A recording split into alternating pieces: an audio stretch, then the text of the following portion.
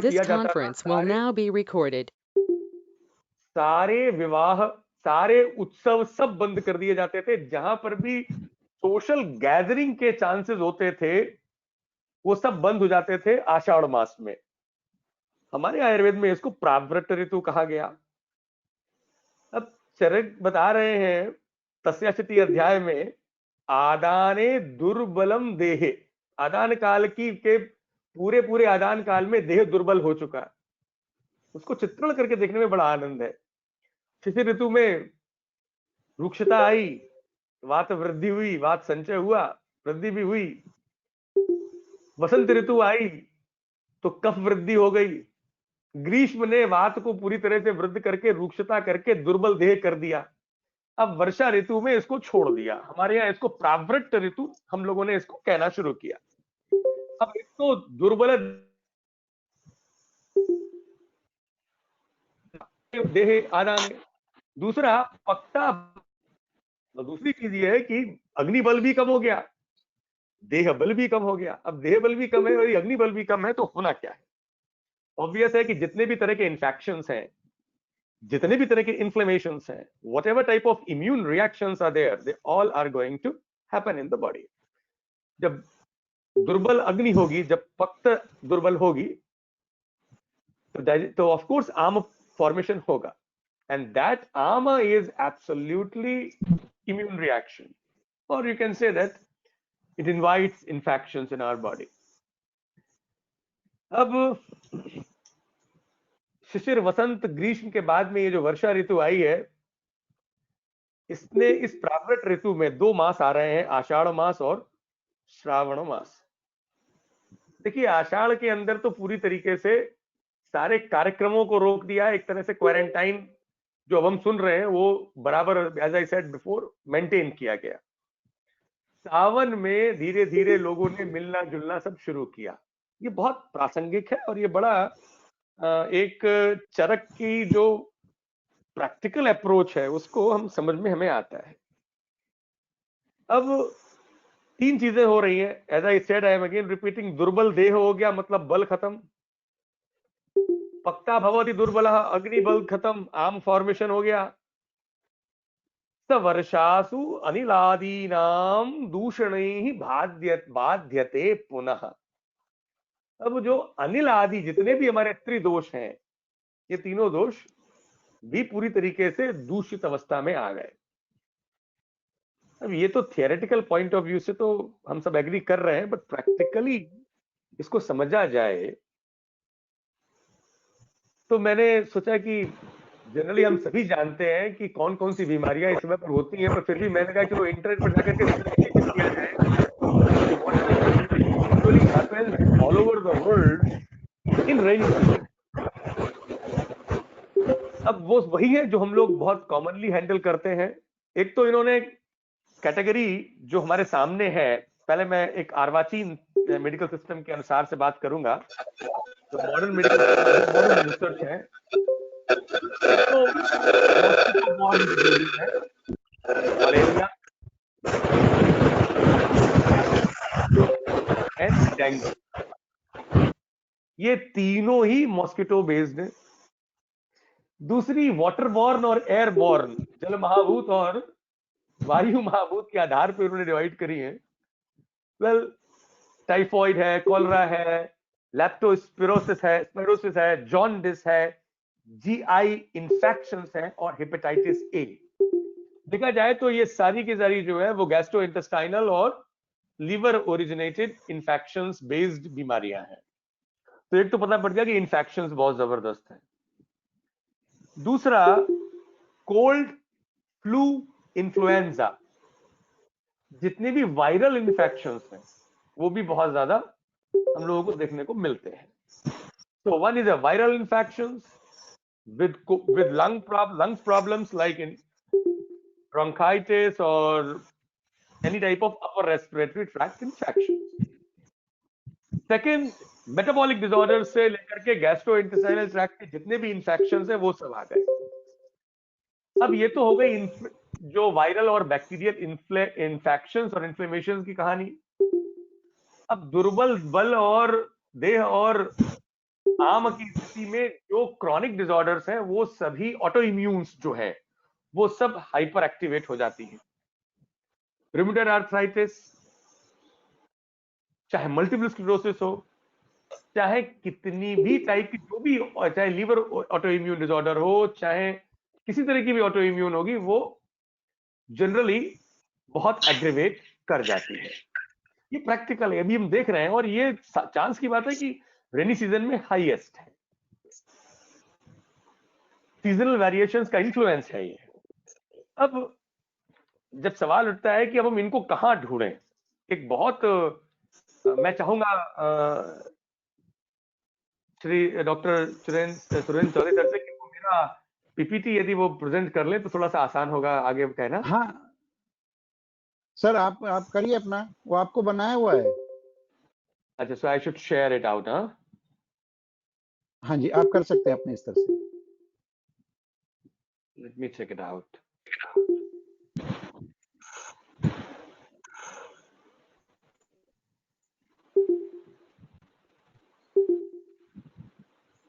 Screen sharing.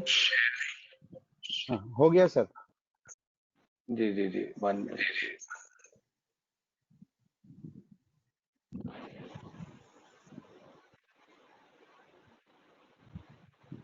So, usual disorders in rainy season: fibromyalgia, malaise, viral fever, influenza, GI related disorders, gastritis, GI infections, hepatitis A, jaundice, mosquito borne diseases, malaria, chikungunya and dengue। और अब एक और जुड़ गया है, वो novel corona. तन्मय sir, मैं अपनी तो आप जी प्रेजेंटेशन उस पर कर लीजिए, नीचे से इसको, या ऊपर से स्लाइड शो करके है, नीचे आपके इसमें दिख रहा होगा जहां वॉल्यूम का बटन है उसकी बराबर में।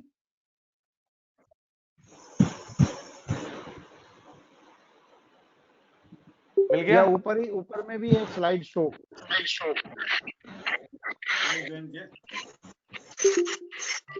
सर्च के नीचे जाइए। हाँ, यहाँ इसके नीचे सर। ये तो हो गया है शेयर समथिंग एल्स, पॉज। नहीं सर, इसके नीचे आइए, जहां आप हो इसके नीचे, जस्ट इसके नीचे। नहीं, बिल्कुल वहीं जहां था पहले आपका कर्सर, उसके बिल्कुल नीचे स्लाइड शो लिखा है। हाँ, ये थैंक यू सर। हाँ, ये यहाँ से फ्रॉम दिस करंट स्लाइड। हो गया सर, हो गया। you are controlling my computer sir। okay, तो अब जो नई बीमारी और एक ऐड हो गई है रेनी सीजन में, that is novel corona virus. देखिए ये भी बढ़ने वाला है, क्योंकि जब अग्नि दुर्बल होगी, आम की स्थिति बनेगी, तो ये अभी तो बढ़ेगा वर्षा ऋतु में। अब फाइब्रोमाइल्जिया से लेकर के मेरी 1999 में मेरा ग्रेजुएशन हुआ और 2000 से प्रैक्टिस शुरू हुई। जिद पे अड़े रहे कि करेंगे तो आयुर्वेद प्रैक्टिस ही करेंगे, और अब 2020 आ गया। 20 साल तक मैंने लोकल उडुपी लेवल पर, इंडिया के लेवल पर, कलकत्ता में भी सेंटर खोला, दिल्ली में भी काफी पेशेंट्स हैं फ्रॉम ऑल ओवर वर्ल्ड, लोग आए, और जर्मनी में, रशिया में, और यूएस में, और जापान में भी, सारे जो वर्ल्ड कॉन्टिनेंट के जो पेशेंट्स का जो अनुभव समझ में आया, वो ये आया कि एक वर्ड बहुत जबरदस्त पेशेंट्स के नाम से हम लोगों के साथ में आता है हमारे पास में, वो है फाइब्रोमाइल्जिया। और ये डायग्नोसिस में जब भी कोई पेशेंट आता है तो इसको ये लोग साइकेट्रिस्ट के पास भेज देते हैं, और ये मान लेते हैं कि इसको कोई ना कोई साइकोसोमैटिक है, ये मेंटल इशू है, ये रियलिटी में नहीं है। पर मैंने समझा कि एकदम इसको डिस्कार्ड कर देना इतना अच्छा नहीं है, और बहुत काफी नंबर में हमारे यहाँ लोग हैं, specially with age group of 50 to 60। Ladies में ये 45 से शुरू हो जाती है फाइब्रोमाइल्जिया के केसेस, और ये 60s तक बराबर चलते हैं, इवन मोर। मेल्स में ये 55 से काफी ऊपर तक ये काफी ज्यादा मिलते हैं। अब फाइब्रोमाइल्जिया को मैंने कहा कि कहां ढूंढा जाए हमारे अपने शास्त्र में, तो कियंत शिरसी, यदि कि मैं कोट करना चाहूंगा, क्योंकि हम लोगों को ये कहा गया है कि जो प्रणाभिसर वैद्य है वो चरक संहिता को छोड़कर आगे नहीं जाता है, वो भी 28 अध्याय चरक संहिता सूत्र स्थान। उसमें जितने भी सूत्र हैं उनमें कहीं ना कहीं पर आने वाली सारी बीमारियों को आप समझ सकते हैं, और हम समझ सकते हैं, वो समझा भी है। बहुत ऐसे वैद्य आपके यहाँ भी आ भी चुके हैं, और मेरा भी कुछ अनुभव मैं इसमें ही ऐड कर रहा हूं चरक संहिता के प्रैक्टिकल अप्रोच में। तो कियंत शिरसी अध्याय यदि आप खोल लें और वहां पर आप जो शिरोरोग और हृदरोग वगैरह का जो वर्णन है, उसके बाद में इन्होंने जो तरतम भाव में दोषों का जो अध्ययन दिया है, वो बड़ा, हम लोग कभी भी उसको बहुत प्रैक्टिकली यदि उसको एंजॉय करें तो उसको 4 भागों में डिवाइड किया जा सकता है। मैंने आपके सामने ये स्टेप 4 स्टेप रखे हुए हैं। उन्होंने जो टोटल त्रिदोष, द्वंद्वज और सन्निपातज और द्वंद्वज और एक दोषज को जो डिवीजन बनाया है, उसमें उन्होंने ये 12 श्लोक दिए हैं और 3-3 के 4 सेट दिए हैं। एक तो उन्होंने बता दिया है भाई, आउट ऑफ 3 दोषास, एक दोष तो प्राकृत अवस्था में रहेगा और एक वृद्ध होगा और एक क्षय होगा। इसके सिम्टम्स दे दिए उन्होंने चरकाचार्य जी ने। दूसरे स्टेप में एक दोष तो सम है, प्राकृत है, पर एक वृद्ध है और एक अवरोध कारक बन रहा है, सनिरुद्ध करेगा। स्टेप 3 में तीनों दोषों में एक दोष तो हीन है पर 2 वृद्ध है। ठीक है, प्राकृत अवस्था के 2 ऊपर के स्टेप चले गए, ये बेसिक्स हैं। इसमें आपको जो पेशेंट्स आने वाले हैं, फाइब्रोमाइल्जिया स्टेप 1 में मिल जाता है, इन्फेक्शन स्टेप 2 में मिल जाते हैं, और स्टेप 3 में वायरल इन्फेक्शंस मिल जाते हैं, और स्टेप जो 4th है, स्टेप डी, ये बहुत इमरजेंसी का है। ये पूरा का पूरा सेंट्रल नर्वस सिस्टम, संज्ञानाश, मूर्छा और जितनी भी इमरजेंसी जहां पर वेंटिलेटर्स पे हम लोगों को डालते हैं, वो कंडीशंस है। अब इसको प्रैक्टिकली वर्षा ऋतु के कंटेक्स्ट में ही हम इस पर चर्चा करना चाहेंगे। अगली स्लाइड में जब मैं आ रहा हूं तो मैं स्टेप 1 पे जा रहा हूं। इसमें एक दोष तो प्राकृत अवस्था में बताया है तीनों में, और 2 दोष जो है वो है, उनमें एक वृद्ध है और एक क्षय में जा रहा है। पहले हम इसको जरा समझ लेते हैं, इस पर चर्चा करते हैं। तो इसमें जो वेरिएंट 1 पहला वेरिएंट बनता है, 3 वेरिएंट बनते हैं। पहला वेरिएंट है जिसमें श्लेष्मा क्षय हो जाए। देखिए वर्षा ऋतु में क्या हो रहा है, ग्रीष्म ऋतु में श्लेष्मा का क्षय हो गया, वात वृद्धि हो चुकी है, पित्त लेकिन प्रकृतिस्थ है अभी भी बहुत लोगों में। देखिए अब जो सिम्टम्स बताए जा रहे हैं, वो एक तो है, मैं कर्सर डाल रहा हूं, भेद, सारे शरीर में भेद, टूटन। पेशेंट आके बोलता है सर मेरा डॉक्टर साहब पूरी बॉडी में टूटन हो रही है, और ऐसा लगता है कि गर्मी आ रही, छूट रही हो, पूरा गरम गरम, पूरा शरीर गर्म हो जाता है, फुल बॉडी बिकम हॉट। तत्र तत्र अनवस्थितः गात्र देशे भवत्स्य से। अब वो बता रहे हैं कि यहाँ सब पूरे शरीर में अनवस्थित, मतलब ये रेस्टलेसनेस की एक फीलिंग, बेचैनी जो हमको वो आकर के बोलता है, घबराहट होती है। श्रम, योग रत्नाकर ने बिल्कुल क्लियरली बता दिया कि बिना कार्य करे ही जब हमें थकान हो जाए, पेशेंट को जो व्यक्ति बताए, वो श्रम है। दौर्बल्य, दौर्बल्य, अब देखिए आज जो भी कोई पेशेंट आता है हमारे पास में आज के परिवेश में, बीमारी को छोड़ दीजिए, हम उससे पूछते क्या है। देखिए एलोपैथी का तो अप्रोच अलग है, वो तो टोटली एक तरह से बड़ा अनफॉर्चुनेट स्टेट में चला गया था ब्लड टेस्ट के पर्सपेक्टिव में, और एंटीबायोटिक्स, और अब तो एंटीवायरल तो है ही नहीं। तो हम जब पहले क्या होता था इसके एंटीबायोटिक्स के पहले, तो हम जब भी पेशेंट आता है तो उससे पूछते भाई शरीर, वो अपने आप ही बोलना शुरू करता है हमारा शरीर टूट रहा है, सारे शरीर में दाह हो रहा है। वो बेचारा एलोपैथिक डॉक्टर इसमें करेगा क्या, उसके समझ में नहीं आएगा ये क्या हो रहा है। तो और बिना काम करे ही पूरी थकान सी रहती है, दिन भर कमजोरी सी रहती है, डॉक्टर साहब क्या करा जाए। इन्होंने इस सारे सिम्टम्स को फाइब्रोमाइल्जिया का नाम दे दिया।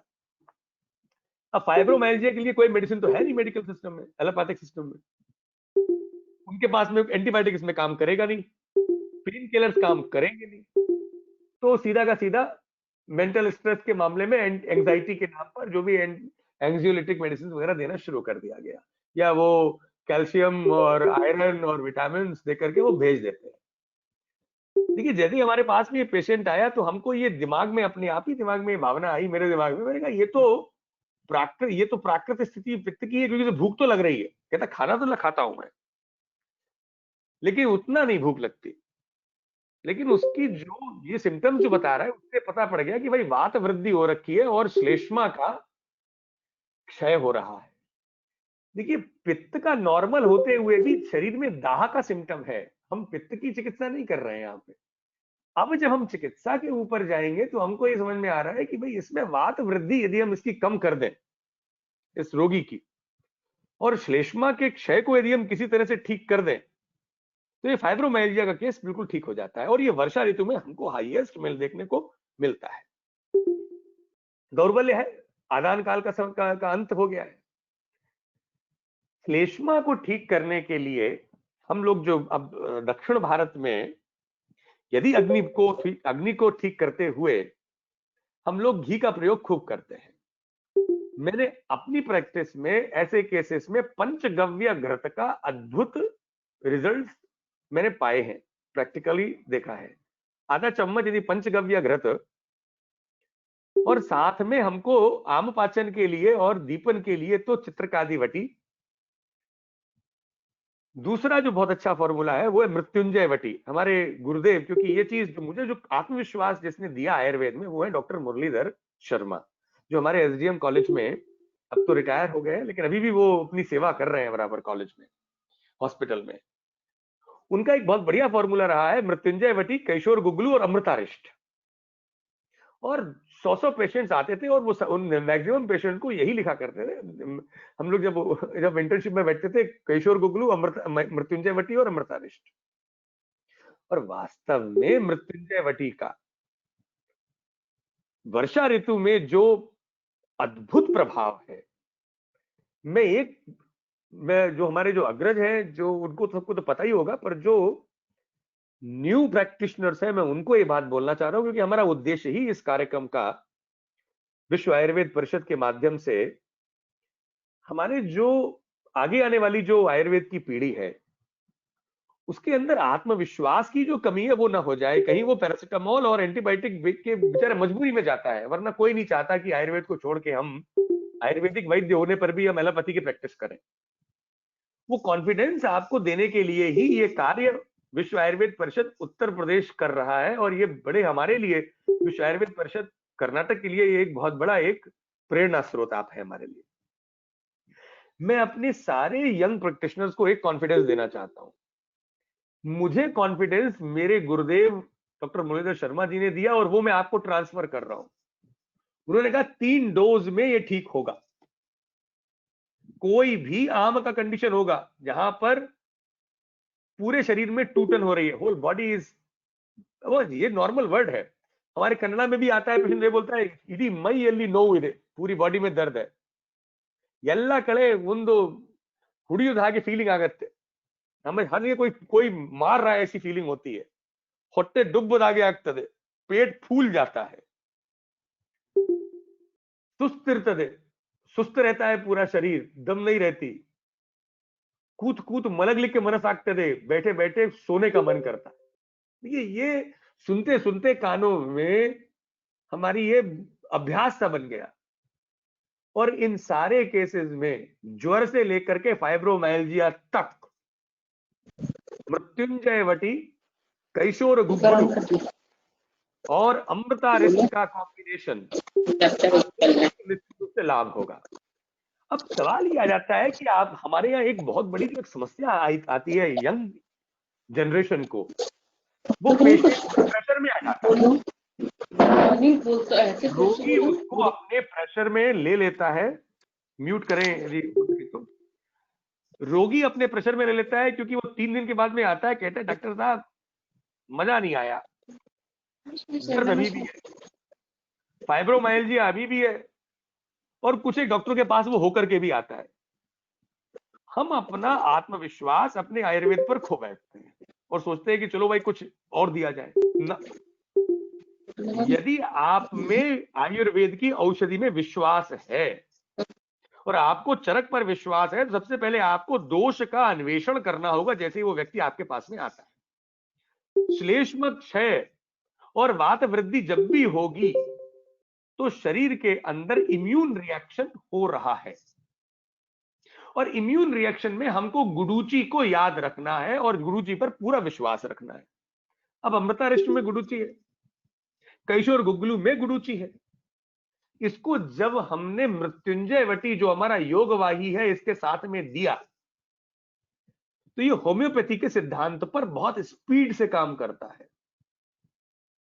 हमारे सर भी ये बात कहते हैं, मुरली शर्मा जी, और उन्हीं की बात को मैं कोट कर रहा हूं, गाय यदि बैठी हुई हो, उसको थोड़ा सा स्टिमुलेट करेंगे, आप हल्का सा उठाएंगे तो वो एकदम खड़ी हो जाएगी, और ज्यादा हिला दिया तो वो बैठ जाती है। वैसे ही यदि हम बहुत ज्यादा डोज में रसौषधि देना चाहते हैं तो ये कभी काम नहीं करती। एल्केमी का प्रिंसिपल है लोअर द डोज। हमारे यहाँ रत्ती प्रमाण में औषधि दी जाती है, बहुत कम डोज में, और वो तभी काम करती है। मेरा अनुभव आरोग्यवर्धिनी और मृत्युंजय वटी में यही है। आरोग्यवर्धिनी को यदि आपने 1 टीआईडी में दे दिया तो आपको रिजल्ट कम हो जाएगा, और आरोग्यवर्धिनी को यदि आपने 1 बीडी में दिया, मतलब सुबह शाम बस 2 ही बार दिया, तो मैजिकल रिजल्ट्स मिलते हैं। मृत्युंजय वटी का भी यही अनुभव है। जितना हो सके आप हमको मेडिसिन जो है वो कम प्रमाण में देनी है, और बहुत ज्यादा डोज में नहीं देनी है। हम सोचते हैं जब वो आता है, पेशेंट कहता है 3 दिन के बाद में या 1 हफ्ते के बाद में इंप्रूवमेंट नहीं हुआ तो हम डबल डोज करना चाहते हैं। ये एक गलत अवधारणा है।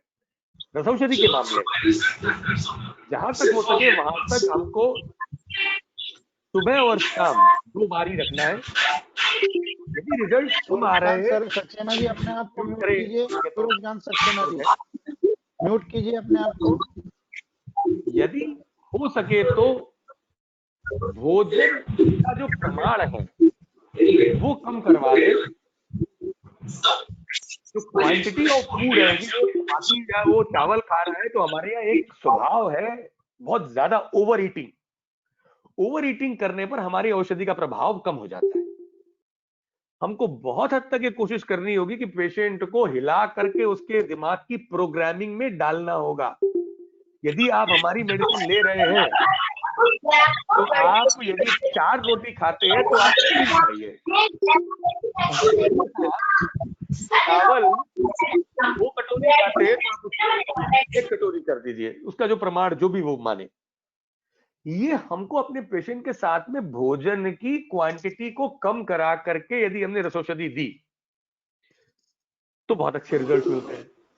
सामान्य रूप से रसौषधि को हमें भोजन के पहले देने में रिजल्ट ज्यादा अच्छे मिलते हैं, पर बहुत से लोग इस पर एग्री नहीं करेंगे।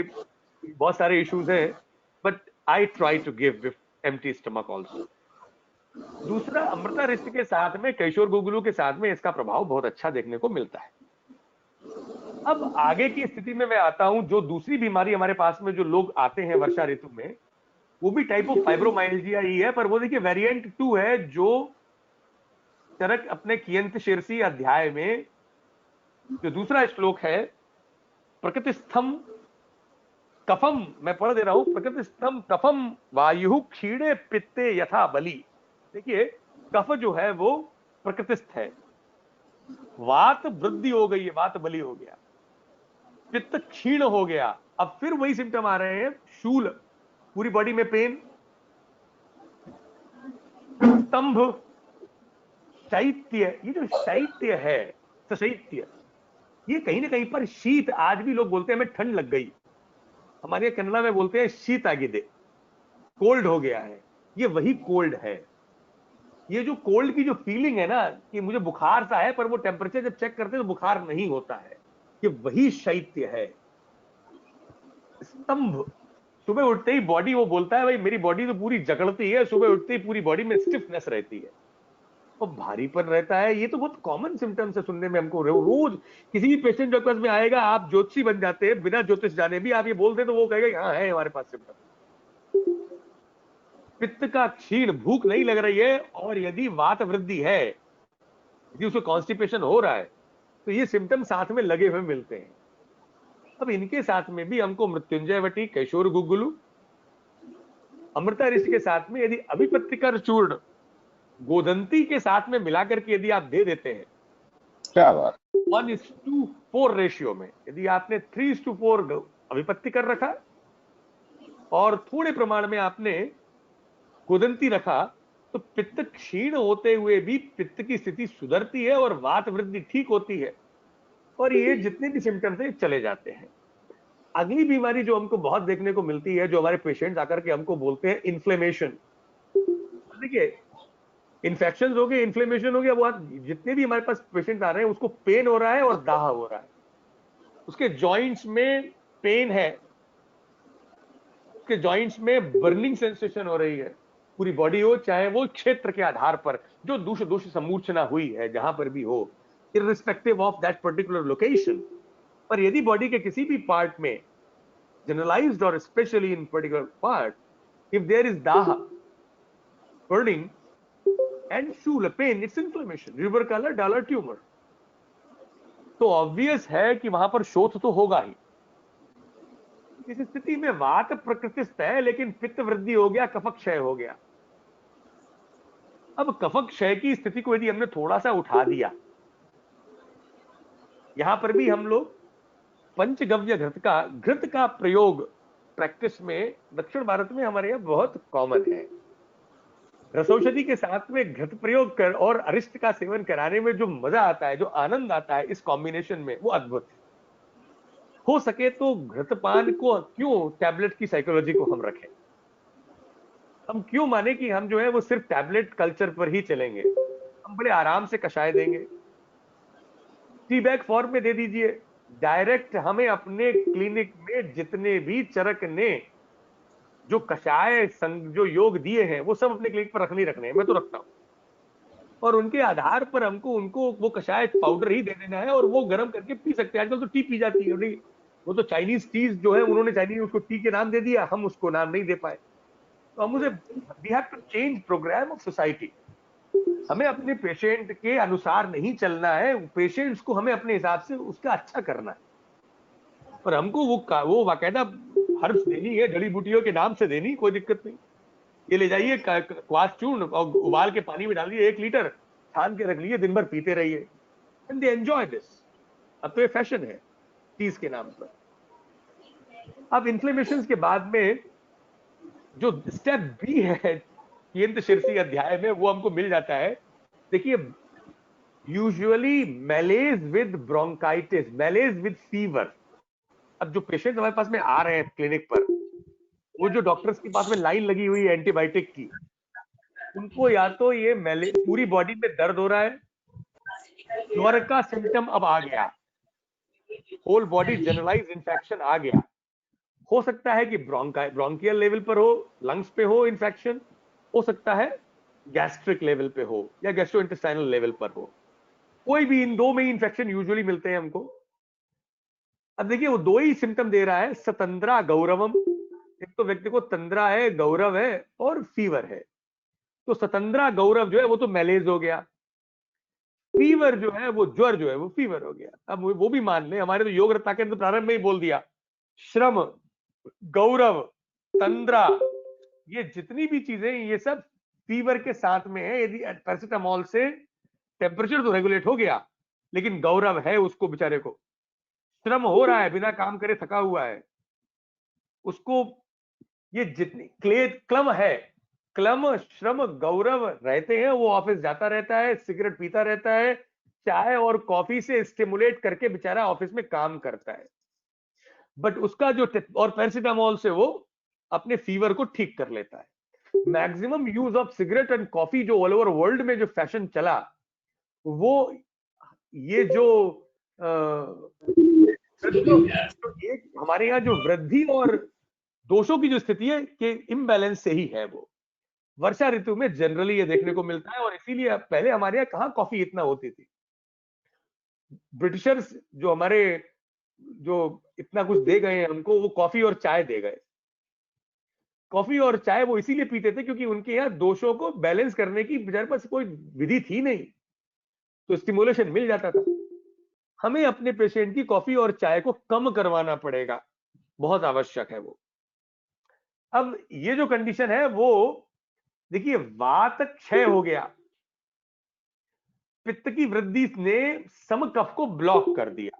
जो अब देखिए ये अवरोध हो रहा है, ये जो अवरोध की जो हमारी जो जो जो पैथोलॉजी है वो यहां से शुरू होती है। यही है जहां पर पेशेंट हमारे पास आता है और हम ही ठीक कर सकते हैं विदाउट एनी एंटीबायोटिक।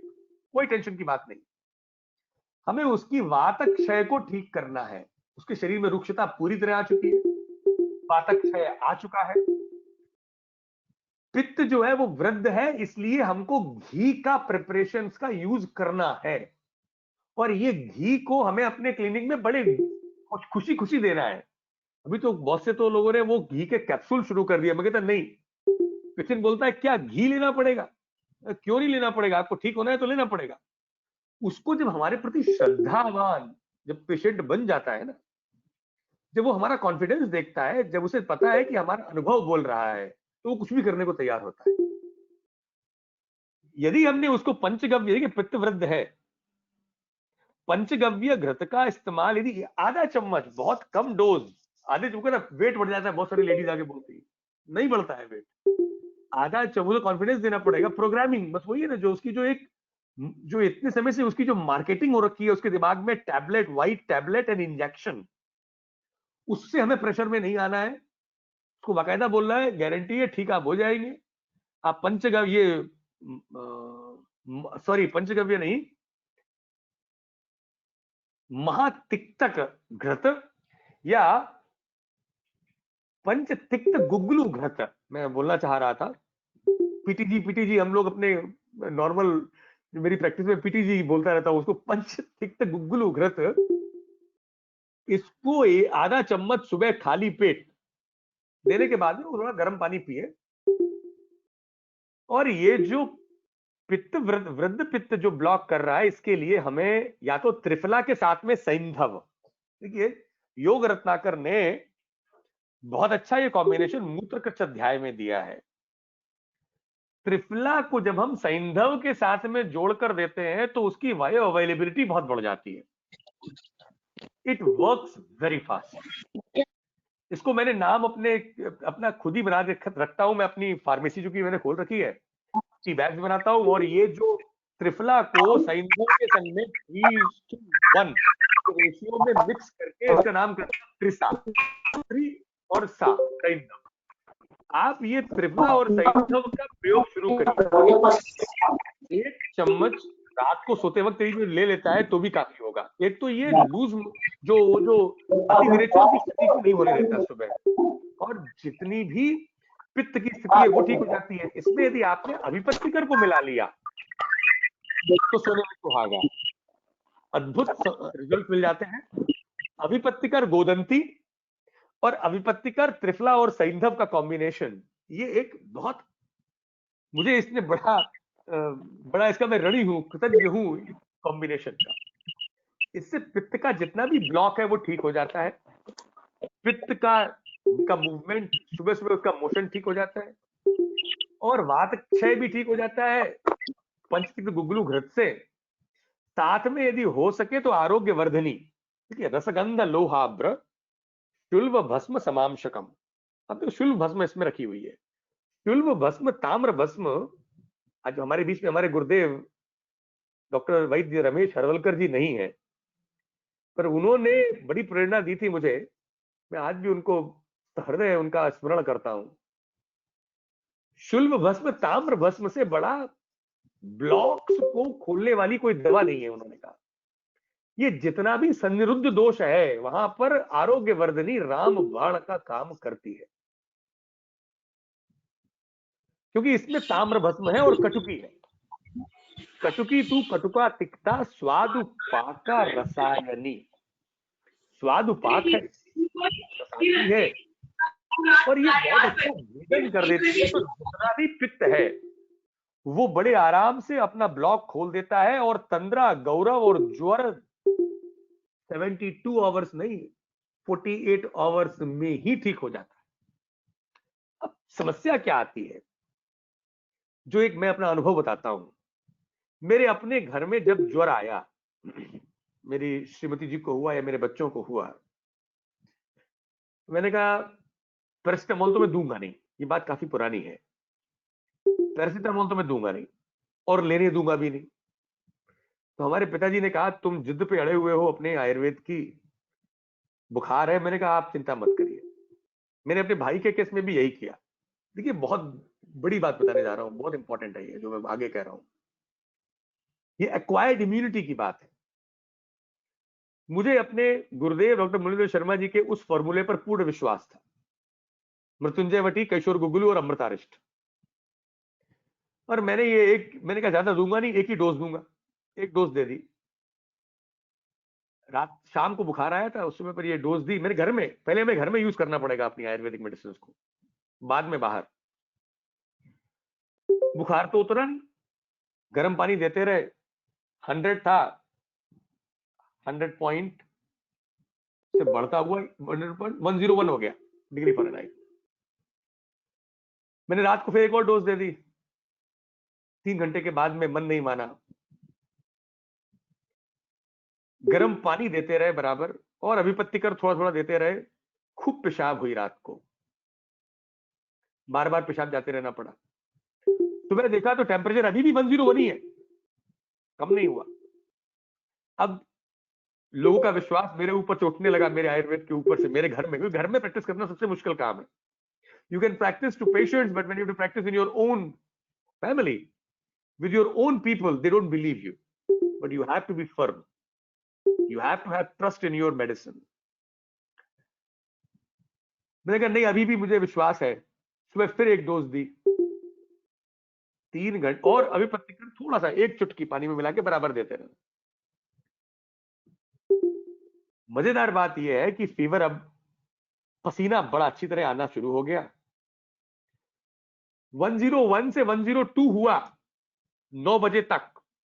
11 बजे तक 101 होते हुए 3 बजे तक आते आते 100 पर आ गया। इसके बाद में गर्म पानी चलता रहा, उष्ण जल ज्वर है। फिर एक डोज दी शाम को, मृत्युंजय वटी, किशोर गुगलू, अमृतारिष्ट की। आप पूर्ण विश्वास से करिए जो मैं बता रहा हूं आपको। उसके बाद में 100 हुआ। रात में पहुंचते पहुंचते 99 हो गया। 24 आवर्स तक पैरासिटामोल का इस्तेमाल नहीं हुआ। ये मेरा पहला प्रयोग था मेरे जीवन में। रात में फिर पेशाब हुई, अगले दिन सुबह देखा तो 99 हो गया। बेनिफिट क्या हुआ? गौरवत्व तो खत्म हो गया, जो पैरासिटामोल कभी खत्म नहीं करेगी। क्लम खत्म हो गया, जो श्रम के साथ में जो अनइजीनेस है। श्लेष्मा का जो डिस्टर्बेंस था, जो नौजिया था, वो खत्म हो गया। और सर का भारीपन जो था, शिरस्तंभ, वो भी खत्म हो गया। बॉडी लाइट हो गई। बराबर चलाते रहे 7 दिन तक। It was the fastest recovery of complete fever in rainy season. ये एंटीवायरल है सबसे बड़ा। जब हमारा उद्देश्य, हम कहां कमजोर हो जाते हैं, जब हम इस सिद्धांत पे आ जाते हैं कि बाहर से जो अटैक कर रहा है उसको हम कैसे रोकें, और वहीं पर हम कमजोर हो जाते हैं। हमें इस पर ध्यान नहीं देना है। हमको तो बस दोषों का जो सन्निरुद्ध है उसको ठीक करना है। हम इन्फेक्शन को यहीं पर ठीक कर सकते हैं। ये जो दोषों का जो प्रवद्धो ही यदा श्लेष्मा पित्त क्षीणे समीरणम, जो 49th और 50th वर्ष है कियंत शीर्षीय 17th अध्याय सूत्र स्थान की, यहीं पर है जो हमारे इन्फेक्शन को हम इस पर कवर अप करते हैं। और कोरोना को भी हम यहीं पर हैंडल कर सकते हैं। खैर मैं आगे जा रहा हूं। वेरिएंट 2, अब इसके सन्निरुद्ध जो है वो, पित्त का क्षय हुआ। एक का क्षय होना है, एक जो नॉर्मल रहेगा वो है वायु, जो है इसमें नॉर्मल मार्ग में है बेचारी। लेकिन जो एक वृद्ध है कफ, और एक पित्त जो क्षय है, वृद्ध वाला क्या करता है कि उस वायु को अपकर्षण, वो कर्षण करते हुए उसका वायु का मार्ग संरुद्ध कर देता है कफ। अब पित्त तो कम है वैसे ही। अब शीतल कम, देखिए उसको ठंड लग रही है, बहुत कोल्ड सी फीलिंग हो रही है। इमेजिन करिए आपका पेशेंट, उसे गौरव हो रहा है, हैवीनेस बोल रहा है, पूरा शरीर भारी भारी सा रहता है डॉक्टर साहब, हर जगह दर्द हो रहा है डॉक्टर साहब, इसके साथ में यदि उसकी दोष दूष समूर्छना लंग्स में हो गई है तो वो बोलेगा कि खांसी होती है। हम उसमें चले जाते हैं, हम इसको छोड़ देते हैं। हमारी समस्या यहां पर है, हम दोष दूष समूर्छना को जो क्षेत्र में हुई है उस पर ध्यान देना है हमें, पर हमको उसकी बॉडी के अंदर यदि दोषों की तारतम्य स्थिति को समझना है तो वो बहुत आवश्यक है। अब यदि उसको रुजा, गौरव और ठंड लग रही है, ये कॉमन कोल्ड है। यहां पर भी मैं ज्यादा दवाई नहीं बताना चाहता, मृत्युंजय वटी, किशोर गुगलू और हो सके तो गंधक रसायन जोड़ दीजिए और अमृतारिष्ट। और पित्त क्षय होने से यदि आपको दिखता है मुझे भूख नहीं लग रही है बिल्कुल भी, अभी वो देखिए अभी भूख लग रही है बराबर, अवरोध में भूख नहीं डिस्टर्ब होती है, भूख डिस्टर्ब की अलग स्टेज आने वाली है। अभी आप पेशेंट इतना सीरियस नहीं है, ये सिर्फ वायरल इंफेक्शंस हैं, बॉडी डैमेज नहीं हुई है, इससे काम चल जाता है। आगे आते हैं वेरिएंट 3। मैं चाहूंगा, मेरा 1 घंटे का समय हो गया, क्या मैं कंटिन्यू करूं इसको?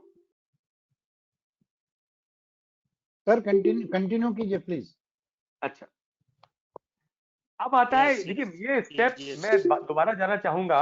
स्टेप 1 इसमें जो मैंने लिया है, स्टेप 1 में कहीं पर भी जो एक दोष प्राकृत है, एक दोष वृद्ध है और एक क्षय, ये तो मैंने फाइब्रोमाइल्जिया और मैं बता दिया आपको। स्टेप बी में मैंने बताया है एक दोष सम है, एक वृद्ध है, एक अवरोध कर रहा है। इसमें सारे इंफेक्शंस आ गए, बैक्टीरियल और वायरल। अब जो स्टेप 3 में आ रहा हूं, जहां पर एक दोषहीन है और 2 दोष वृद्ध हैं, ये आते हैं हमारे पास में जो पेशेंट्स हैं, ये हमारे मेन चैलेंजेस हैं। यदि हम इसको जीत लिए अपनी प्राइवेट प्रैक्टिस में तो हमें फिर कोई हरा नहीं सकता। सारे एलोपैथिक डॉक्टर्स आपके सामने कुछ नहीं कर सकते, दे एंटीबायोटिक फेल होंगे यहीं पर आकर के। ये स्टेप सी में मैं अब आ रहा हूं। स्टेप डी एक्चुअली में ये हॉस्पिटलाइजेशन की स्टेज है और ये बहुत न्यूरोलॉजिकल सीरियस कंडीशंस हैं जो बताई है। अब देखिए, मैं अब दोबारा जा रहा हूं स्टेप बी में, आ गए अब हम लोग। संधिरोध मैंने पहले वाला वेरिएंट तो बता दिया, जहां पर वात क्षय हुआ और वृद्धि पित्त ने कफ को ब्लॉक किया। मैंने वेरिएंट 2 भी बता दिया, जहां पर पित्त का क्षय हुआ, वृद्ध कफ ने वायु के मार्ग को रोका, जहां पर ठंड, भारीपन और दर्द, ये पेशेंट बोलता है हमारे पास आकर के ना। अब आता है सबसे बढ़िया खेल, ये भी हमको वर्षा ऋतु में खूब देखने को मिलता है। देखिए इस कैटेगरी में वात का क्षय हुआ है, वृद्ध कफ वृद्धि हुई और उसने जो पित्त के मार्ग को ब्लॉक किया। वर्षा ऋतु में हेपेटाइटिस ए, वर्षा ऋतु में जॉन्डिस के केस बहुत बढ़ जाते हैं, दक्षिण में भी बढ़ जाते हैं, उत्तर भारत में भी बढ़ जाते हैं और फॉरेन कंट्रीज में भी, जहां पर रेनी ट्रॉपिकल्स हैं, स्पेशली मावी, कवाई, जो हवाई के एरिया है अमेरिका में, ऐसे एरियाज जहां पर बहुत बारिश है, वहां पर भी ये समस्या है। तो ये तो यूनिवर्सल है। अब इंटरेस्टिंग है इसके सिम्टम्स को समझना और ये समझना कि ये टाइफाइड और जॉन्डिस के बहुत करीब है। आप सिम्टम्स क्या बता रहे हैं हमारे यहाँ? मृदु अग्नि, शिरोग्रहम, सर में जकड़न बोलता है, भूख नहीं लग रही, अब आया है भूख की समस्या, नींद नहीं आती, उसको आप एल्प्रोजोलम देके सुलाएंगे फायदा नहीं है, निद्रा उसको नहीं आएगी, तंद्रा रहती है, प्रलाप, बहुत घबराहट होती है, मूड खराब रहता है, चिड़चिड़ाहट जो बोलते हैं ना ये लोग, प्रलाप की स्थिति में ही वो भी आ जाता है। प्रलाप में हमें इसलिए नहीं सोचना है कि पेशेंट आ रहा है बोल रहा है कि हम तो चिल्ला ही रहे हैं। ये उनसे पूछते हैं जो पेशेंट के संग में आता है, बोले ये बड़े चिड़चिड़े से हो गए हैं, छोटी छोटी बात पर गुस्सा करने लग जाते हैं। वही है प्रलाप का, उसके पेशेंट की लैंग्वेज में वर्ड्स। हृदरोग, अब ये हृदरोग जो है वो कार्डियक डिसऑर्डर्स नहीं है, इसमें मैं भी डिटेल में नहीं जाऊंगा। हमारे यहाँ हृदरोग को न्यूरो हार्मोनल कहा गया है। सूत्र स्थान 30वां अध्याय, अर्थे दश महामूलीय अध्याय में व्रत का वर्णन है। वो कह रहा है कि जो षट हमारे जो शरीर है, द्वे बाहु, द्वे जंघा, सिर और अंतराधि, इस पर तो स्टडी एलोपैथी वाले भी कर रहे हैं, सारे पैथी वाले कर रहे हैं, हमने भी की। सातवां बोल दिया विज्ञान, जो बुद्धि है, चक्रपाणी कहता है विज्ञान है बुद्धि, इंटेलेक्ट। आठवां बोल दिया इंद्रिय, इंद्रियार्थश्च, आंख कान ये सब हमारे सेंसेस। नवा बोल दिया चेतः चित्तश्च, चित्त मन। और आत्मा स्वगुणश्चैव, सगुण सारे गुणों के साथ में जो आत्मा है। ये दसों जिस घर में बैठे हैं उस घर में एक बीम है, गोपानसी आगार कर्णिका। संहिता सूत्र स्थान 30th चैप्टर, अर्थे दश महामूली, अर्थे इति हृदयम। वहां पे बोल रहा है अर्थ शब्द का मतलब ही यहाँ पे हृदय है।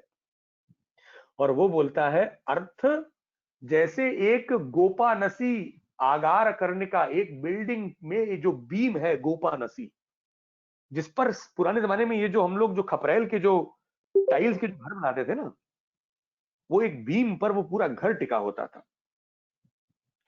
और वो यदि बीम हिल जाता था तो पूरा का पूरा घर ध्वस्त हो जाता था।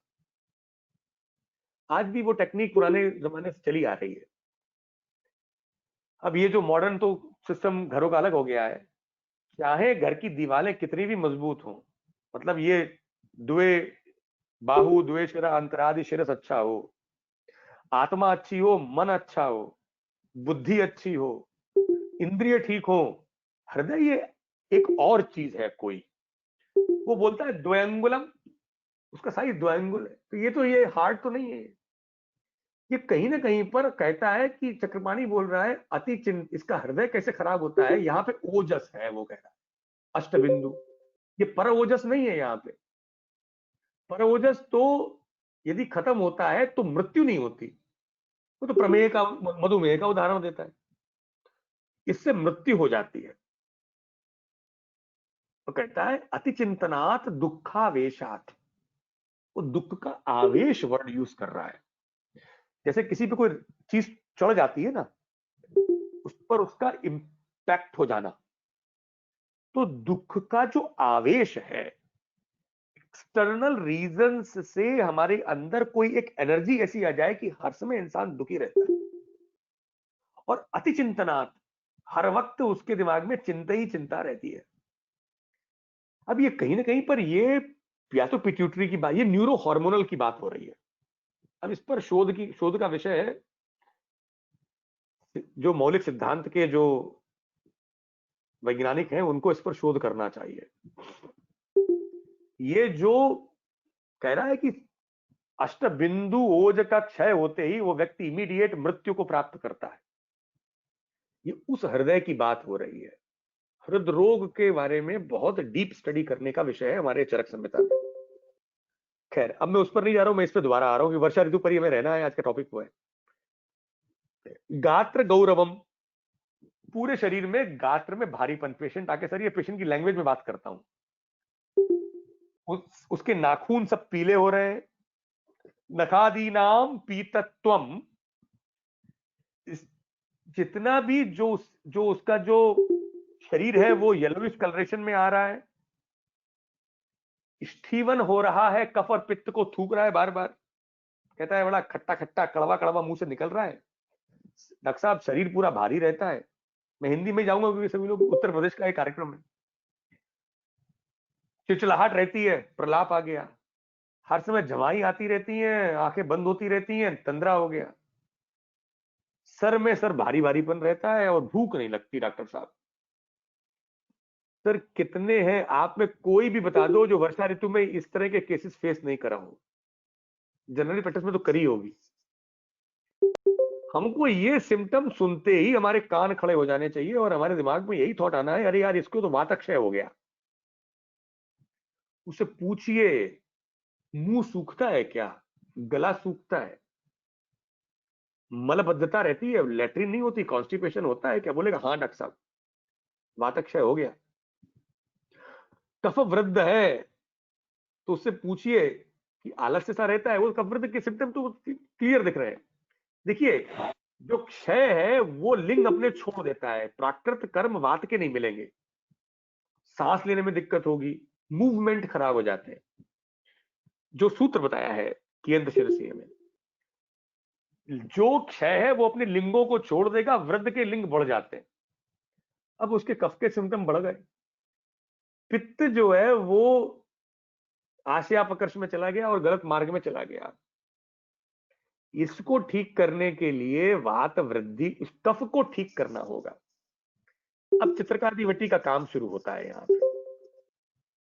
फिर आरोग्य वर्धिनी आ जाती है, क्योंकि उसमें जो ताम्र भस्म है वो जितने भी ब्लॉक से उसे खोल देती है।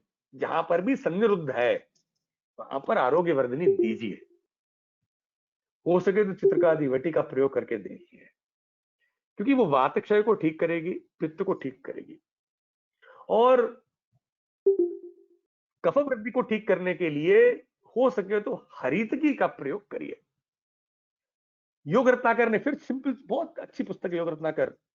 मेरे सारे अनुजों, मैं अपने अनुजों से कुछ बोल नहीं सकता, पर अपने अनुजों को बता रहा हूं इस कार्यक्रम में, इस क्लास में, आप योग रत्नाकर को हमेशा अपने सर के साथ रखिए, अपने सर के पास रखिए। नाम तो नहीं दिया उन्होंने अपना। आज यदि मैंने अपने जीवन में कुछ भी धन इतना कमाया होगा कि मैंने अपने खुद के रिसोर्ट बना दिए, इतने कंट्रीज में क्लिनिक्स खोल लिए, ये सब योग रत्नाकर और चरक की कृपा है। और दूसरा ज्योतिष के कुछ ब्राह्मण वगैरह विद्वान, वो अलग बात है, I don't go on that topic. ज्योतिष मेरा पैशन रहा है, वो डायग्नोसिस में मैंने उसका यूज किया हमेशा। लेकिन ये जो योग रत्नाकर जी हैं, इन्होंने छोटे छोटे सिंपल फॉर्मूला दिए हैं। फॉरेन कंट्रीज में हमको आयुर्वेदिक के बड़े बड़े योग नहीं ले जा सकते हम, क्योंकि वो बड़े तैयार बैठे रहते हैं गन लेकर के हैवी मेटल की हमारे ऊपर। अब मैं था एल्केमिस्ट, रस वैद्य, तो बड़ा नर्वस हो जाया करता था, मृत्युंजय वटी यूज नहीं कर सकता वहां पे। तो जो समझ में आया वो ये समझ में आया कि योग रत्नाकर ने इतने छोटे छोटे फॉर्मूले दे रखे हैं आपके किचन के ही, वो पेशेंट को सुनने में बड़ा मजा आता है। उसको आप अपनी औषधि दीजिए, घी, पंचतीर्थ गुग्गुलु घृत, पंचगव्य घृत, महाकल्याणक घृत, ये सब दीजिए, साथ साथ आप अरिष्ट दीजिए। पर वो जो छोटे छोटे जो नुस्खे दिए हैं ना, योग रत्नाकर ने कहता है दूध में रुद्राक्ष डाल करके उसको, दूध को खौला करके दूध पिलाइए, रसायन का फल मिलेगा। मैंने करके देखा, बड़े अच्छे रिजल्ट मिले।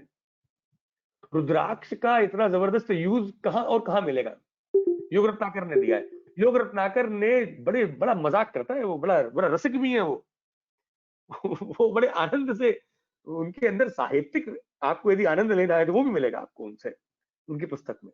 खैर वो अलग बात है।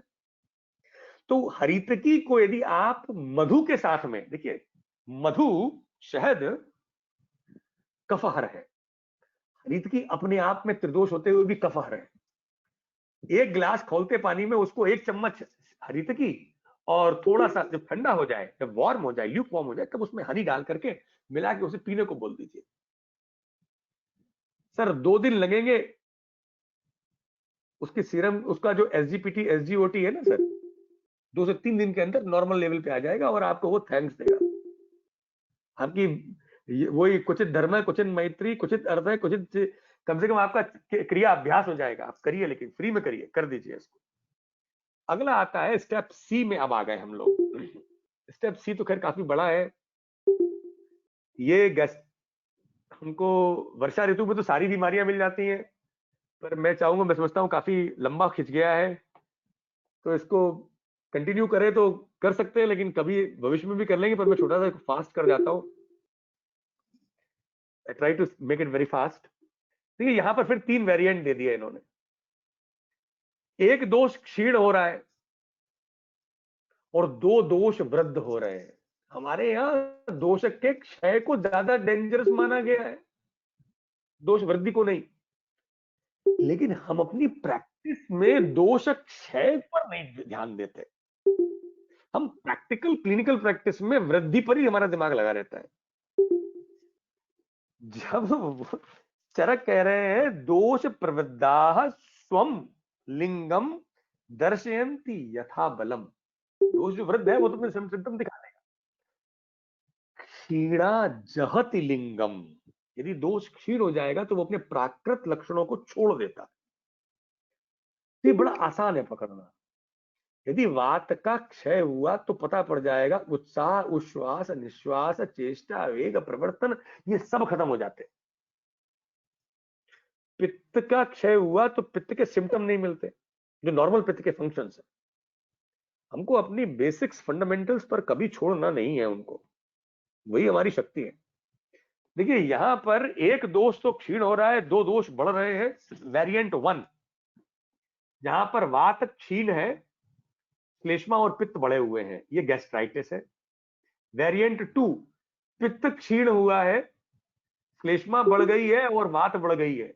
ये सब इन्फेक्शस डिसऑर्डर्स हैं, चाहे वो टाइफॉइड इन्फेक्शन हो, चाहे वो वायरल इन्फेक्शंस हो, चाहे वो स्टेफाइलोकोकस हो, चाहे ट्यूबरकुलर इन्फेक्शंस हो, सारे इन्फेक्शंस यहीं पर आ जाते हैं जब वात और कफ दोनों की वृद्धि होती है, पित्त का क्षय हो जाता है। और वर्षा ऋतु में ये बहुत कॉमन है, क्योंकि पित्त का क्षय हो जाता है, अग्नि कम हो जाती है, वात वृद्धि हो जाती है। अग्नि कम हो गई तो वात वृद्धि होगी, जब अग्नि कम हो जाएगी तो श्लेष्मा की वृद्धि हो जाएगी।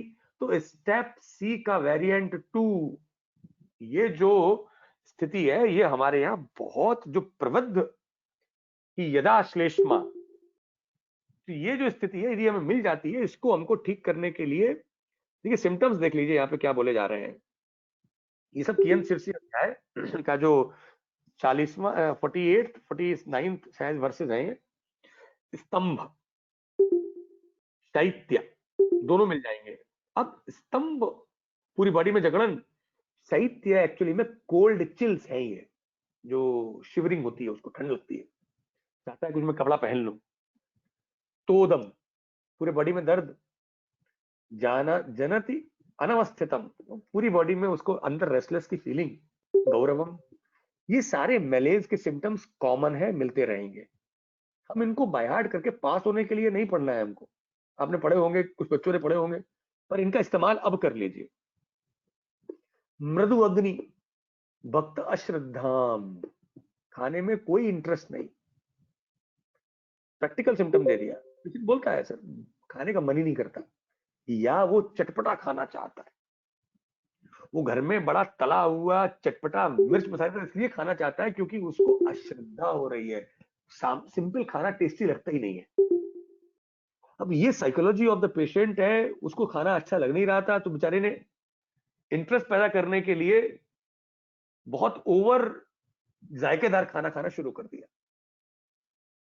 अब उसको वेपनम, ट्रेमरिंग हो रही है, नखादी नाम शुक्लत्वम, कि जो नखादी है ये सब शुक्ल हो रहे हैं। अब ये जो सिम्टम्स मिल रहे हैं, ये सारे के सारे इन्फेक्शियस डिसऑर्डर में, क्वालिटी ऑफ ब्लड खराब है। यहाँ पर आप विधिशोणति अध्याय में जो रक्त के जो के अंदर जो सिम्टम्स बताए गए, उनको और आपको ऐड करना होगा, then you can really work out इसे ठीक करने के लिए। अब देखा जाए तो इसमें जो क्योर करना है, इनको पित्त का को बढ़ाना है, श्लेष्मा को ठीक करना है और वात को ठीक करना है, आम फॉर्म हो जाएगा। अग्नि कम है, अग्नि का आराम से, मेरा जो फॉर्मूला है इसमें, यहां पर भी अब आरोग्यवर्धिनी का मैं प्रयोग नहीं करता, यहां पर आते आते पूर्ण रूप से अमृतोत्तर कषाय का प्रयोग काम आता है।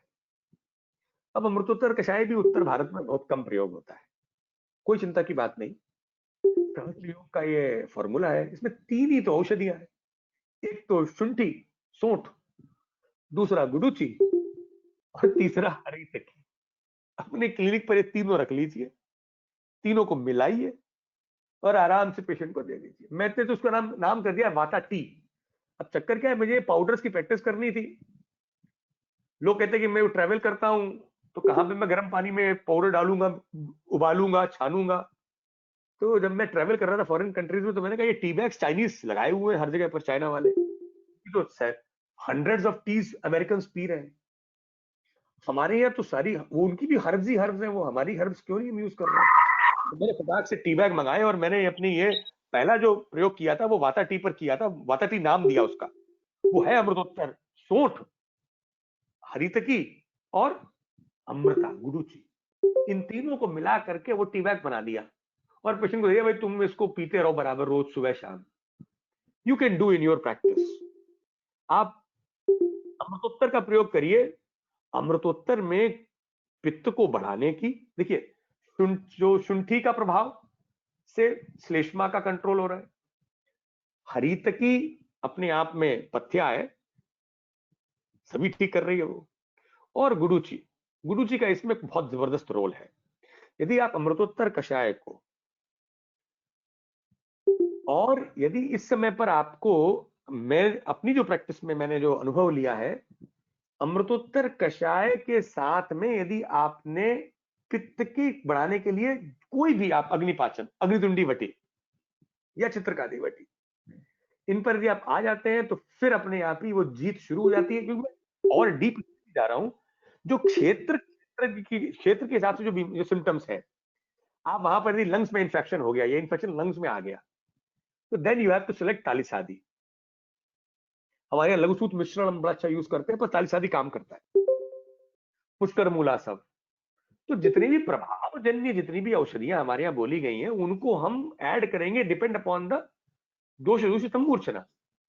पर ये जो बेस ऑफ हमारी जो प्रैक्टिस है, आधार, जो दोषों का जो आधार है, जो पित्त के क्षय को ठीक करना है, वो मेडिसिन भी लगानी पड़ेगी साथ साथ।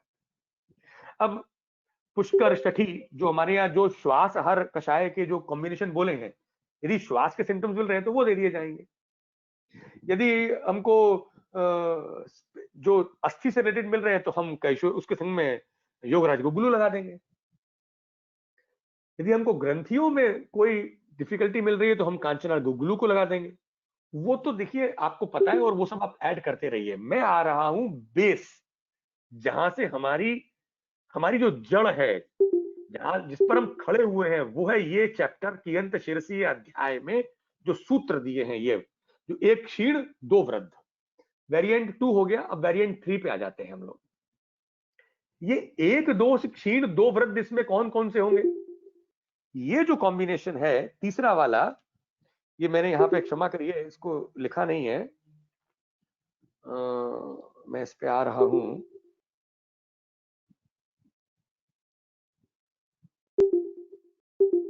ये स्तंभ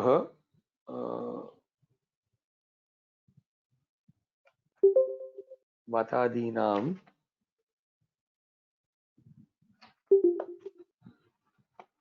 ये चरक का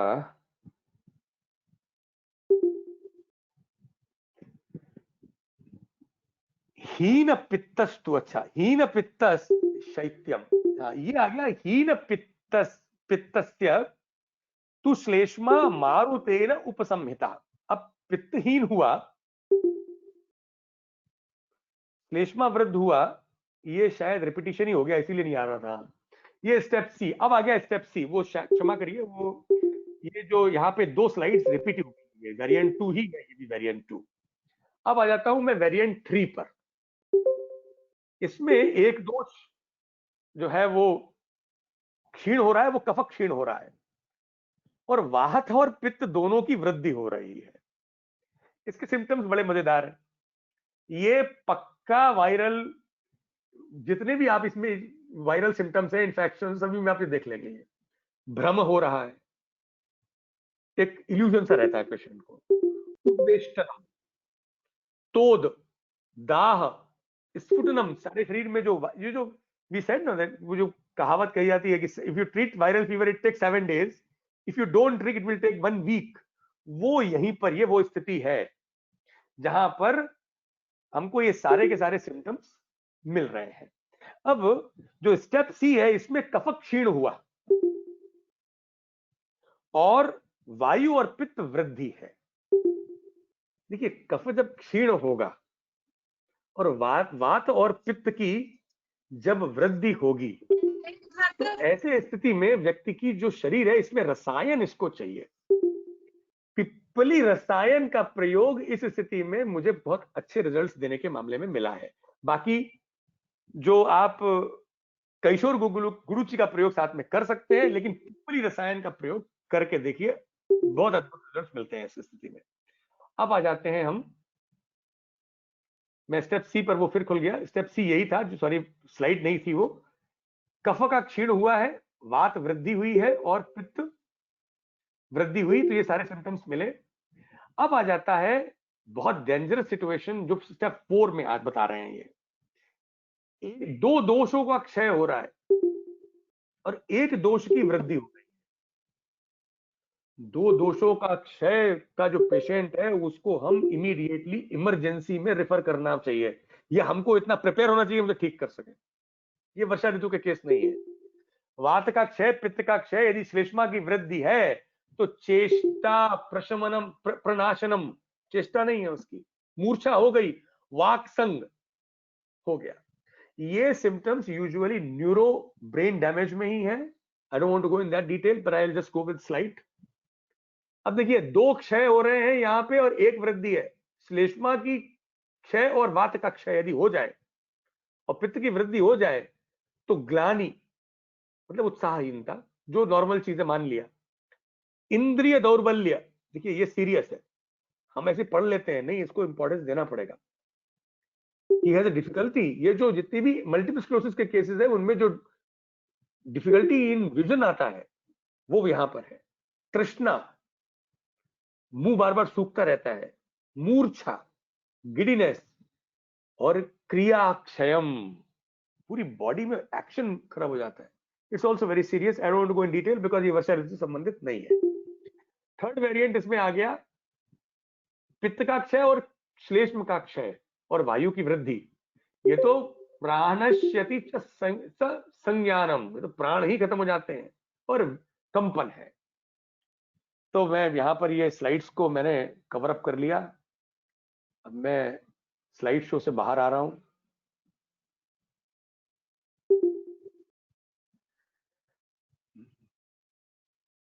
अब जो स्लाइड शो से बाहर आ गए ना वो, सर अभी नहीं आए, अब अब आ गए। तो यहां पर आकर के ये एक कियंत शेरसिये के जो एक 10 श्लोक हैं उसके ऊपर इतना लंबा चर्चा मुझे करना पड़ा। मैं ये मानता हूं कि ये जो दोषों की जो एनालिसिस है, मैक्सिमम, मैं फिर बताना चाहता हूं, मैं न्यू कमर से ही बात कह रहा हूं, आप सीधा आरोग्य वर्धनी देने न जाएं, आप सीधा पिप्पली रसायन देने न जाएं, सीधा मृत्युंजय, सीधा किशोर गुगुलू देने न जाएं, अमृता रिष्ट देने न जाएं, कोई भी चीज। आप जो सिम्टोमेटिक देखते हैं ना, पुष्कर मूलासव जो एमआर आता है बता जाता है हमको, सबसे पहले ये कर लें कि कौन सा दोष प्राकृत है, कौन सा वृद्ध है, कौन सा क्षय हुआ, ये पता कर लें कि एक क्षय है और बाकी दो कैसे हैं। ये दो क्षय हुए तो इट्स वर्स कंडीशन। एक क्षय हुआ दोष और एक वृद्ध हुआ, दो वृद्ध हुए तो भी बहुत डिफिकल्ट कंडीशन। तो जो दो जो एक यदि प्राकृत रहा तब हम पेशेंट को, लोग सभी लोग पेशेंट को एडमिट कर लेते हैं एलोपैथिक में, तो इसलिए वो एंटीबायोटिक देना शुरू कर देते हैं। एंटीबायोटिक की जरूरत ही नहीं पड़ेगी। आप यदि इस कार्य को बहुत कायदे से कर जाए, तो यदि आप दोषों को समझ लें तो बड़े आराम से आप इसको उन आधारों पर मेडिसिन का सिलेक्शन करिए। और घी की जो जो घृत कल्पना है, जो डायरेक्ट कषाय देने की जो कल्पना है, कषाय कल्पना, और अग्नि को जो बनाने की का जो प्लान है, और रसौषधि, इनके कॉम्बिनेशन यदि इतने हमारे पास वेरिएंट्स हैं, we are very rich, we can really solve any disease. प्रणाम, थैंक यू। सर अद्भुत, बहुत सुंदर। स्नेहिल तिवारी जी, आप अपने आप को म्यूट कीजिए। स्नेहिल तिवारी जी,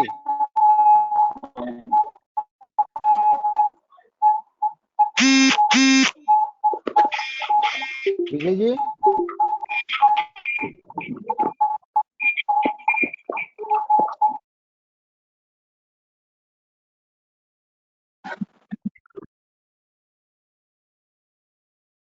के द्विवेदी सर।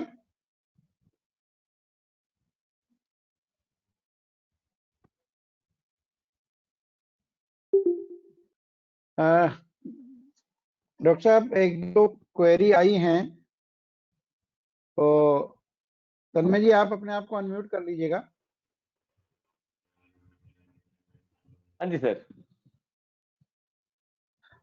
एक तो ये पूछा गया किसी बच्चे ने कि रुद्राक्ष कौन सा इस्तेमाल होना चाहिए, एक मुखी, दो मुखी, पंचमुखी। देखिए रुद्राक्ष हमारी बहुत और अच्छी औषधि है। हाँ जी इसका उत्तर दो मैं। जी सर। जी ये रुद्राक्ष का ये जो नाम पे जो धंधा हो रहा है ना वर्ल्ड में, हमारे भारत में जो चल रहा है, एक मुखी, दो मुखी, पंचमुखी, इससे आप बाहर आ जाइए। रुद्राक्ष का पेड़ अपने घर में लगाइए, बहुत बड़ा बनता है, आराम से बन जाएगा।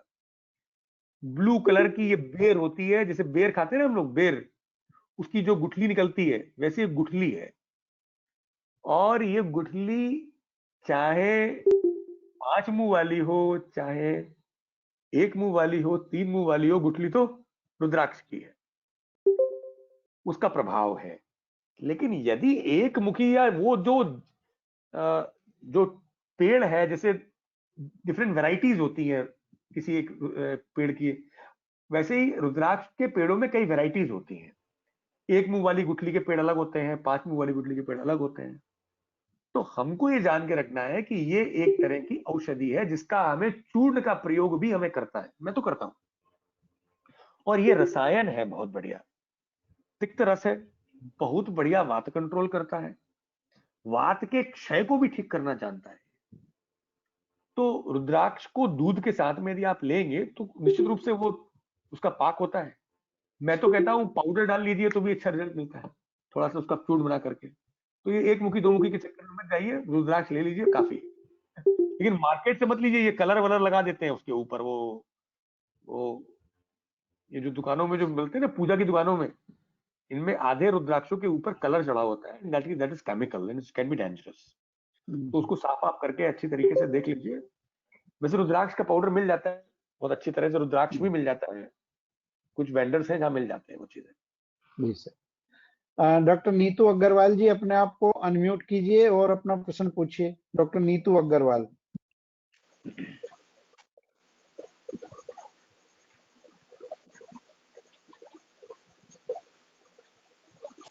डॉक्टर नीतू हेलो, अग्रवाल जी नमस्ते सुन रहे सर। हैं आप? हाँ जी, मैं बोल रही हूँ।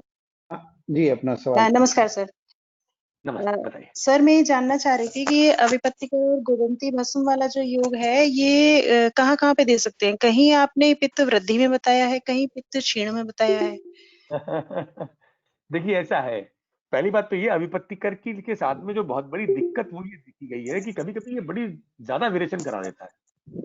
कुछ जी। जहां पर पित्त बहुत सेंसिटिव है, पित्त प्रकृति का जो व्यक्ति है वो इसको बड़ा, इट्स वेरी अनप्रेडिक्टेबल।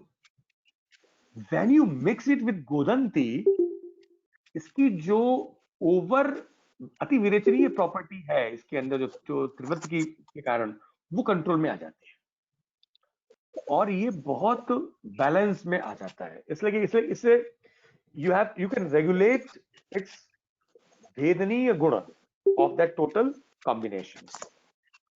अब कितना आपको गोदंती मिलाना है, that is up to you. Usually मैंने अपनी प्रैक्टिस में किसी किसी केसेस में तो 50-50 भी रखा है, लेकिन गोदंती के साथ में यदि आपने इसको 1/4 रखा तो इसके रिजल्ट्स पित्त वृद्धि में भी मिलते हैं, और जहां पर आपको कोई भी जो भी मार्ग अवरोध खोलना है वहां पर भी मिलते हैं। और जितने भी जो जहां पर वात वृद्धि और पित्त वृद्धि दोनों है, जहां पर पित्त का क्षय है वहां पर भी आप इसका प्रयोग कर सकते हैं। मेन चीज ये है कि गोदंती के मिलते ही ये योगवाही प्रभाव में आ जाता है और इसका जो एक कॉम्बिनेशन है वो एक अचिंत्य हो जाता है। जो हमारे बहुत से अचिंत्य वीर्य भी है ना, so you can find its prefer to use avipattikar along with godanti in all type of cases where there is a pitta imbalance. देखिए जैसे पहला कंडीशन था प्रकृतिस्थु, पित्त प्राकृत है पर वात जो है वो वृद्ध है और कफ जो है वो क्षय है, दाह का सिम्टम वहां पर है जी। इसमें आपने यदि पित्त अभिपत्तिकर का यूज किया तो आप सोचेंगे वहां हमने पित्त कंट्रोल कर दिया, लेकिन अभिपत्तिकर पित्त के लिए आपने यूज नहीं किया। यहाँ पर जहां आपने विरेचन कराया तो वात भी वातानुलोमन हो गया, तो वहां पर भी आपको जी रिजल्ट मिल गए। तो वो क्या होता है, कभी भी ताकतशाली न्याय, हम सोचते हैं कुछ और तब भी हमारी औषधि हमको फिर भी रिजल्ट दे देती है। तो अनोइंगली भी अभिपत्ति का बेनिफिट दे ही देता है बिकॉज ऑफ विरेचनीय प्रभाव, क्योंकि वात का अनुलोमन होना बहुत आवश्यक है। तो वातानुलोमन को भी जब आपको वातानुलोमन कराना है तो गुदंती का प्रमाण कम कर दीजिए। लीजिए, इस पॉइंट को समझ लीजिए, वातानुलोमन जब ज्यादा कराना है तो गुदंती का प्रमाण कम कर दीजिए। जी। तो गोदंती उस केस में सर कितनी करनी है फिर? यू हैव टू जज दैट बाय सीइंग दिस दोष ओके ओके। लेकिन ये है कि हाँ। आप ये मान के चलिए कि 1/4 से ज्यादा मत करिए गोदंती, 1/8 कर दीजिए। अच्छा। और कम कर दीजिए, ठीक है। और कम कर दें अगर यदि आपने 100 ग्राम ठीक है। कर लिया है तो आप 10 ग्राम गोदंती रख सकते हैं, और 12 ग्राम रख सकते हैं, 15 रख सकते हैं, मैक्सिमम 20, ठीक है। और यदि आपको ठीक है सर। वातानुलोमन कराना है तब, पर जब आपको पित्त को ही सही करना है, पित्त वृद्धि को ही ठीक करना है, जी तब उस समय पर आपको गोदंती को बढ़ाइए और ½ टीस्पून मॉर्निंग इवनिंग आराम से दे दीजिए खाना खाने के बाद में। इमीडिएट गैस्ट्राइटिस के मामले में, या जितने भी वो जो मैंने बताया ना आपको, जहां पर वात का जहां पर अवरोध हो रखा है अंदर लीवर लेवल पर, वहां पर गोदंती के जुड़ते ही बहुत अच्छे रिजल्ट आपको मिलना शुरू हो जाएंगे। जी। और सर ये आरोग्यवर्धिनी की डोज हम तो हमेशा 2 BD ही देते हैं, आपने 1 BD बताई है। नहीं दीजिए। आप पेशेंट को, गाय को यदि आप थोड़ा सा स्टिमुलेट करेंगे तो खड़ी हो जाएगी, ज्यादा कर दिया तो बैठ जाएगी, 4-5 लोग बुलाना पड़ेगा तो भी उठेगी नहीं। दसौषधि काम और करना इसका बंद कर अनुपान? देती है। गर्म जल आराम से, लेकिन जहां गरम तक जल दूध के साथ भी दे सकते हैं ना इसको? दे सकते, अवॉइड करिए क्योंकि वहां पे ताम्र पड़ा हुआ है। अच्छा। और सर ये मैं तो खाने से पहले या बाद में? खाना खाने के बाद में दीजिए, और बाद जितना में ही कम देना है। प्रमाण, एक पर तो ½ टैबलेट दीजिए तो भी रिजल्ट मिलेंगे। जितना जी कम देंगे आरोग्यवर्धिनी उतना फास्ट रिजल्ट। जी। सर आपने जो ये अमृतारिष्ट और केशर गुरुकुल वाला ये जो योग बताया, मृत्युंजय वटी वाला, ये सिर्फ वर्षा ऋतु में ही देना है या किसी भी सीजन में दिया जा सकता है? वर्षा ऋतु तो आम और को कम कर रही है बस, उसके बाद वर्षा ऋतु हम भूल गए। यदि वो कंडीशन किसी भी ऋतु में आती है तो आप इसका प्रयोग करिए। जी। अगर साथ में थ्रोट पेन वगैरह भी है तो अरिष्ट दिया जा सकता है? बिल्कुल आराम से, बिना किसी दिक्कत के। बस जैसे हम खट्टा तो बंद कर देते हैं ना मरीज का अगर। नीतू जी काफी लंबा हो रहा है, आप अपने अगर क्वेश्चंस को थोड़ा सा लिमिट करें। अमृता ऋतु आप उस कैटेगरी में ओके अमृता काम कर रही है, 2 टीस्पून अमृता कीजिए आराम से। ठीक है sir. Okay thank you sir. साथ में देंगे तो उसका रिजल्ट आपको एसिडिटी नहीं होगी। डॉक्टर गौरव कुमार जी आप म्यूट कर लीजिए अपने आप को, मैं आपको म्यूट कर रहा हूँ, आप फिर से अनम्यूट हो जा रहे हैं, तो ये मैं म्यूट कर दे रहा हूँ। एक बस लास्ट सवाल है डॉक्टर चाहर, अगर सुन रही हैं तो पूछें अपना सवाल। डॉक्टर ज्योति चाहर।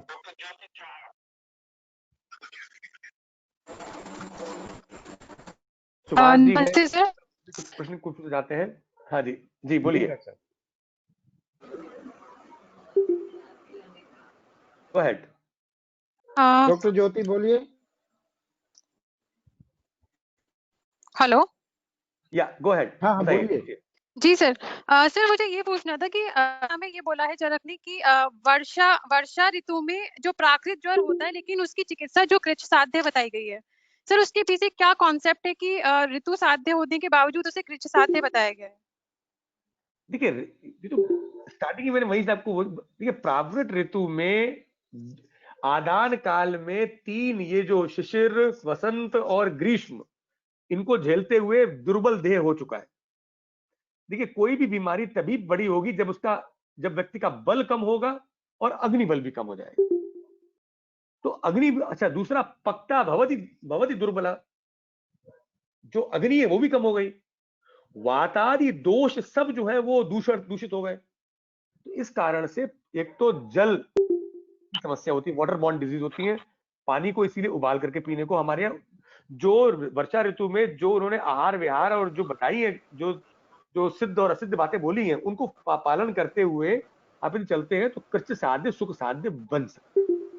इसीलिए तस्याचिति अध्याय में उन्होंने बहुत अच्छा वर्णन दिया है, क्या क्या चीजें करना है, क्या क्या नहीं करना है, क्या क्या खाना है, क्या क्या नहीं खाना है। उनके साथ में आप जो अग्नि को समझिए, दोषों को समझिए, जो मैंने भी जो तारतम्य बताया है, तो साध्य सुख साध्य ही होगी। भाई ये जितने भी इन्फेक्शन है सब कष्ट साध्य होते हैं। जहां पर भी द्वंद्वज हो गया वो कष्ट साध्य होगा, और वर्षा ऋतु में तो द्वंद्वज और सन्निपातज होना ही है, और यही वो तरीका है, तभी तो जी आपके पास में आएगा। तभी ये ठीक है, जी बताया सर। आपने। जी, thank you sir. Doctor Subhash Chandra ji हाथ खड़ा किए हुए हैं काफी देर से। सुभाष जी से निवेदन है कि आप प्रश्न पूछें, शायद अंतिम प्रश्न होगा। सुभाष चंद्र जी। ये doctor Gaurav Sharma ji please unmute करिए, आप अपने आप को म्यूट कर लीजिए। गौरव शर्मा जी। जी सुन पा रहे हैं मुझे? हाँ सुभाष जी सुन रहे हैं हम लोग। हाँ बस इसमें बहस, सभी को नमस्कार।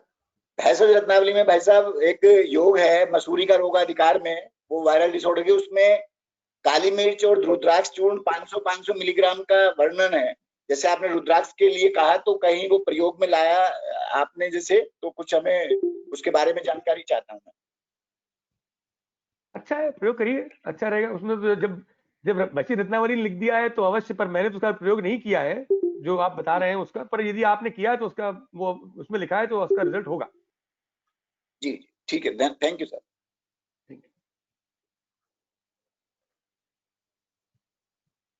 Surendra ji sir thank you very much. आप हाँ समाप्त करें हम लोग। हाँ सर, आप ओवर टू डॉक्टर के द्विवेदी। सबको नमस्कार। सबसे पहले मैं धन्यवाद देना चाहूंगा अपने सफल व्यक्ति के सफल भाषण के लिए, और भाषण क्या कहूं मैं, इसे इंटरेक्शन कहना चाहूंगा। इतना इंटरेस्टिंग आपने उससे बनाया कि अंत समय तक लोग आपसे जुड़े रहे। आपकी यही खूबियां हम लोगों को ये प्रेरित करेंगी बार बार कि आपको पुनः सुना जाए। निश्चित रूप से यह अप्रतिम, अति सुंदर, बहुत ही क्या कहते हैं ज्ञानवर्धक आपका व्याख्यान रहा है। ये मुझे लगता है कि ये हमारी शुरुआत है। मुझे लगा ही नहीं कि हम लोग दक्षिण भारत के कर्नाटक के किसी क्षेत्र के बैठे हुए डॉक्टर तन्मय जी से बात हो रही है, और उन्होंने साथ में कन्नड़ के साथ साथ अंग्रेजी और संस्कृत और हिंदी, मुझे लगता है कि 4 भाषाओं का उपयोग किया उन्होंने। हम लोग उतने में ही अभी अपेक्षा कर रहे हैं कि अन्य भाषाएं का भी ज्ञान आपके पास निश्चित रूप से होगा। डॉक्टर तन्मय गोस्वामी जी, वैद्य तन्मय गोस्वामी जी, आपको बहुत बहुत हृदय के गहराइयों से हम लोग आभार व्यक्त करते हैं। सबसे उसके पश्चात हम धन्यवाद ज्ञापन करेंगे अपने सुरेंद्र चौधरी जी का और इनकी पूरी टीम का, डॉक्टर विजय राय जी का। हमारे 2 जो तकनीकी विशेषज्ञ हैं, चंद्रचूड़ जी और मनीष जी, इन दोनों की ये जिम्मेदारी होती है कि धन्यवाद ज्ञापन करें, लेकिन लगता है कि ये दोनों ने ये गुरुतर जिम्मेदारी तन्मय जी को देने के लिए मुझे सौंप दिया है। सारे लोग जो हमसे जुड़े हुए हैं, और मुझे ये दिखाई पड़ रहा है कि अभी लगभग छत्तीसगढ़ से लेकर के पंजाब, हरियाणा, कर्नाटक, महाराष्ट्र और अन्य प्रदेशों के लोग, बिहार तक के हमें दिखाई पड़ रहे थे। और मुझे तो लगता है कि उत्तर प्रदेश का न होकर के यह सार्वभौम रूप से पूरे राष्ट्रीय हो गया। और द्विवेदी सर, इसमें सर्वेश अग्रवाल जी भी जुड़े हैं एनआईए से, और एपीएस चौहान जी मध्य प्रदेश से जुड़े हैं। मैं अभी देख रहा था, उनका भी स्वागत है। अब ये पता नहीं है कि वो हमारी टोह लेने के लिए तो नहीं जुड़े हैं। और अभी मैं देख रहा कि डॉक्टर दुर्गा प्रसाद जी जुड़े हैं। अब मुझे ये अंदाजा लग पा रहा है, ये दुर्गा प्रसाद जी डाबर वाले थे।